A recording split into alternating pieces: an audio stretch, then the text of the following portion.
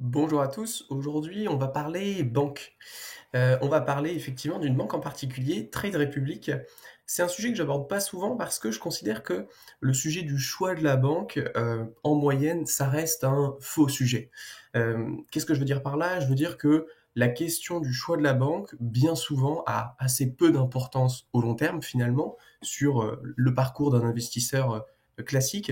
Et de ce que je vois finalement, c'est plus un prétexte et un obstacle pour commencer à investir. Et donc à mon sens, c'est beaucoup plus grave de ne pas investir parce qu'on hésite entre Fortuneo, Boursorama, Trade Republic, la Banque Postale, etc., que de prendre la mauvaise banque, typiquement une banque physique qui aura trop de frais, et de commencer à investir. Parce que le plus dur et le plus important, c'est de commencer à investir. Et même si effectivement vous vous rendez compte après quelques mois, après quelques années, que la banque que vous avez choisie n'est pas la banque la plus optimale parce qu'il n'y a pas forcément l'enveloppe fiscale qui vous convient ou parce qu'il y a trop de frais, en fait, vous pouvez à tout moment modifier ça, changer de banque, transférer vos enveloppes fiscales d'une banque à l'autre. Donc c'est pas un réel problème et c'est pour ça que j'en parle assez peu sur ma chaîne. Mais depuis quelques mois, il se passe un truc assez intéressant sur le petit monde de la finance, notamment en France, c'est que Trade Republic fait énormément de marketing et c'est assez difficile de savoir si ce marketing est effectivement très performant et il y a effectivement beaucoup de Français, notamment de jeunes Français, qui commencent à investir sous l'effet de ce marketing et notamment sous la présence médiatique de leur patron, de leur PDG, qui a fait des interventions, notamment sur YouTube, qui ont été très visionnées, qui a fait des interventions sur Reddit, notamment sur le Reddit Vos Finances, qui est probablement la source d'information en français qui est la plus qualitative sur ces questions d'investissement personnel. Et finalement, il y a quelque chose d'un petit peu paradoxal avec ce phénomène Trade Republic, c'est que d'un côté, on ne peut que constater l'apparente efficacité de ce discours pour pousser les Français, et notamment les jeunes Français, à commencer à investir et à prendre des habitudes d'investissement qui soient sérieuses, j'ai envie de dire, avec effectivement une certaine intégrité, une certaine régularité, potentiellement aussi en mettant en avant beaucoup en termes de produits les ETF, donc avec une vision de l'investissement plutôt long terme et plutôt passive, ce qui colle pour le coup avec la recherche dans le domaine, contrairement à beaucoup de promotions sur les questions de finance qui mettent en avant des produits qui sont hyper taxés et qui sont sous-performants. Là, c'est absolument pas le cas de Trade Republic, et donc ça a un impact évidemment très positif. Et d'un autre côté, ce discours, le discours effectivement du résultat de la recherche scientifique sur le domaine et qui vraiment met en avant la performance pour l'investisseur individuel, il est combiné avec une entreprise à but lucratif, en l'occurrence Trade Republic, qui effectivement propose des services qui sont très performants, très low cost, qui se targuent d'avoir un peu cette image de Robin des Bois, un petit peu finalement qui rappelle Free à son époque, en mode bah voilà, moi je vais casser le marché, moi je vais rendre l'argent aux Français. Et effectivement, je pense qu'il y a une vraie concurrence qui s'installe et une vraie dynamique de concurrence qui peut bénéficier aux consommateurs.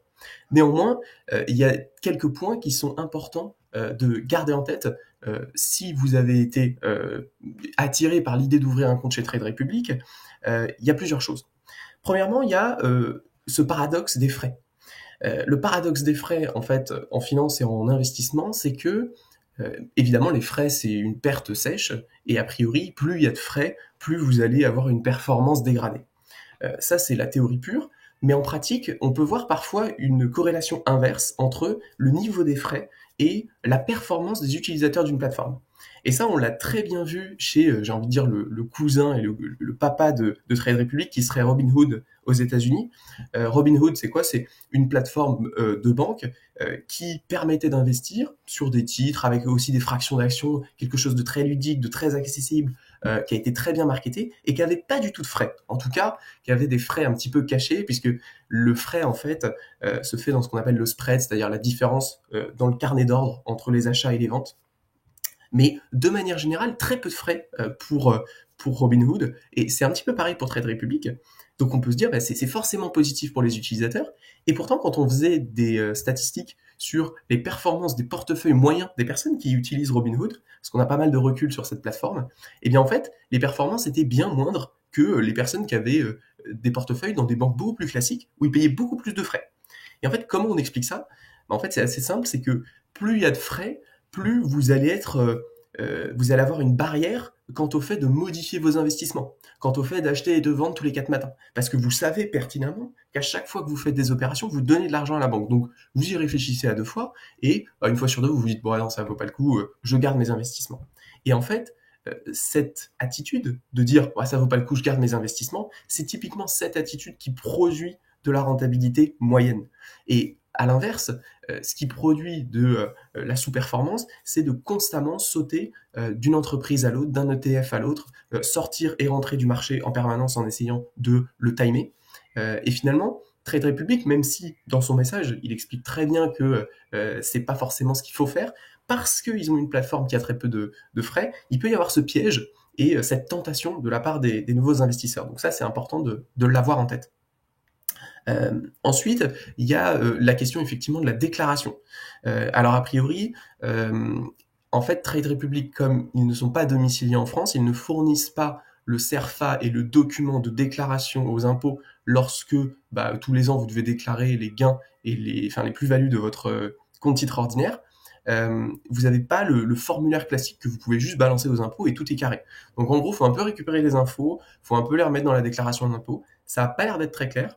Ça n'a pas l'air d'être très facile, probablement faisable. Je ne l'ai pas fait moi-même puisque je ne suis pas client chez Trade Republic et j'ai pas eu à faire cette déclaration, mais c'est quand même un point d'attention qu'il est important de soulever.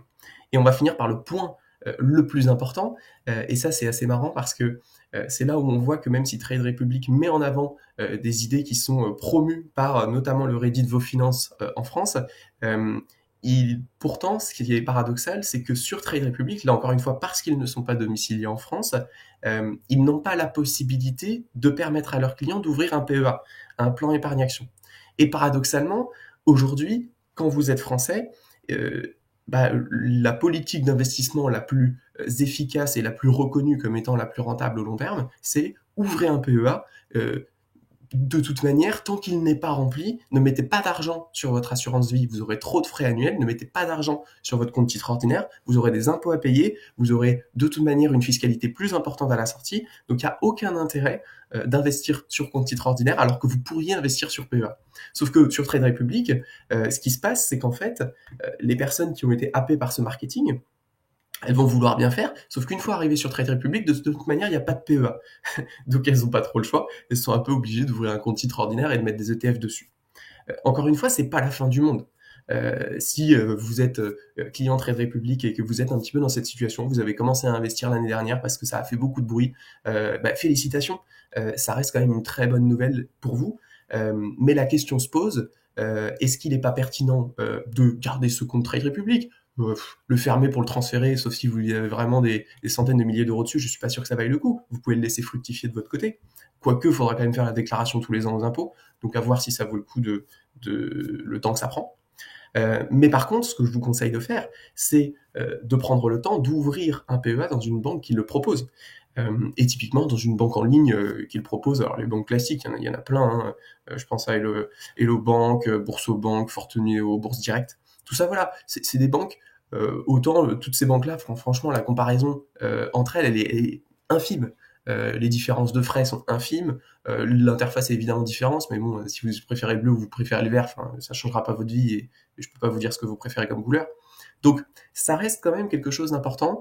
Et donc, voilà, je voulais parler un petit peu de Trade Republic pour vous alerter sur ses limites et quand même apprécier le fait que ça fasse parler des finances personnelles aux Français et à un public qui n'est pas forcément alerté sur ce sujet. Donc je pense quand même que dans le grand tout, c'est du positif, mais il faut garder un esprit critique et il faut garder en tête que c'est une entreprise qui a ses propres intérêts. Et sur la question du PEA notamment, ces intérêts ne sont pas tout à fait alignés avec celles de ses clients, puisque les intérêts des clients et des nouveaux investisseurs, qui est vraiment la target de base, c'est plutôt d'ouvrir un PEA et donc pas chez Trade Republic. Je vous remercie d'avoir regardé la vidéo et je vous dis à ciao pour la prochaine.